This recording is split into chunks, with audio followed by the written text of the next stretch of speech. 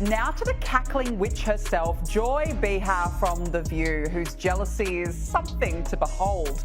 I think she's probably been put in there because, according to Donald Trump, she's a 10. You know that's what it is. Here is Joy objectifying the White House press secretary, saying she only has the job because she's hot. Joy Behar's sudden departure from The View has sent shockwaves through the media world, leaving fans, critics, and even her co-host stunned. The longtime panelist, known for her unfiltered opinions and controversial remarks, has weathered many storms over the years. However, this latest scandal seems to have finally pushed things too far. While ABC has remained tight-lipped about the specifics behind her exit, speculation is growing that legal trouble played a significant role in her downfall. With Karoline Leavitt's lawsuit looming in the background, many are asking whether the legal battle forced the network to cut ties with Behar once and for all. The controversy erupted after Behar made remarks about Karoline Leavitt, Donald Trump's press secretary. The ever-empowering feminist, Joy herself, everyone. And this is why, of course, she's on The View and not working for the most powerful man in the world. That were widely condemned as both inappropriate and hypocritical. During a segment on The View, she suggested that Leavitt was not selected for her political expertise or professional experience but rather because, in Trump's eyes, she was physically attractive. The comment immediately drew gasps from the audience, and her fellow panelists seemed momentarily caught off guard.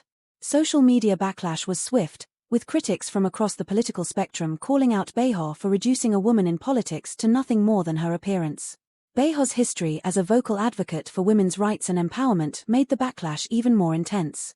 For years, she has been a champion of feminism, often calling out sexism in politics, media, and entertainment. She's probably been put in there because, according to Donald Trump, she's a 10.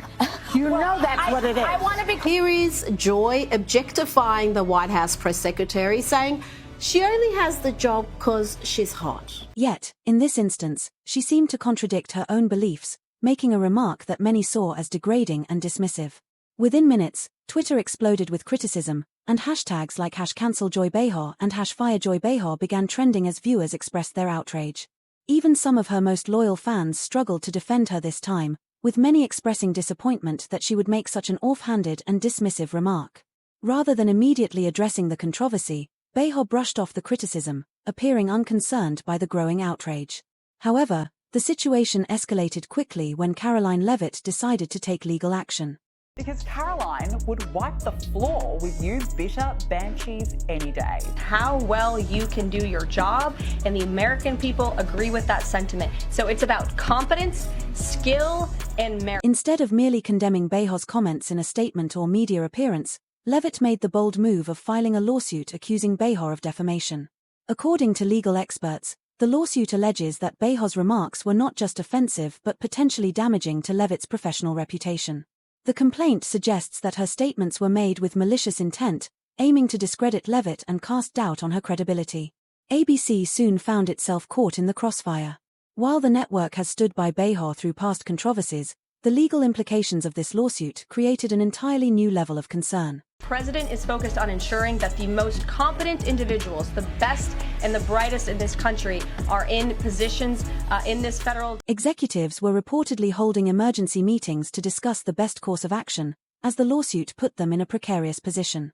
If they defended Behar, they risked becoming embroiled in a legal battle that could tarnish their reputation. If they cut ties with her, they would lose one of their most recognizable and outspoken personalities. Behind the scenes, tensions at The View were reportedly at an all-time high. Staff members were divided, with some backing Behar and others believing that she had finally crossed a line she couldn't recover from. Sources claimed that discussions about possible consequences were already taking place. Joy Behar may have your jobs because of wokeness, but do not smear a competent professional woman like Karoline Leavitt. With executives considering options such as issuing a suspension, requiring a formal apology, or even forcing Behar to step down, the lawsuit had turned what might have been a temporary media storm into a full-blown crisis for ABC. Then came the unexpected announcement: Joy Behar was leaving The View. The official statement from ABC was vague, simply stating that she had decided to step away. However, the timing of her exit, coming so soon after the lawsuit was filed. With your nonsense, and don't lie about this being her first job, we know what you're doing there, fueled widespread speculation that her departure was not entirely voluntary. Many now believe that ABC executives made the decision behind closed doors, determining that the lawsuit, combined with the growing backlash, had made her presence on the show unsustainable. Reactions to Behar's exit were mixed.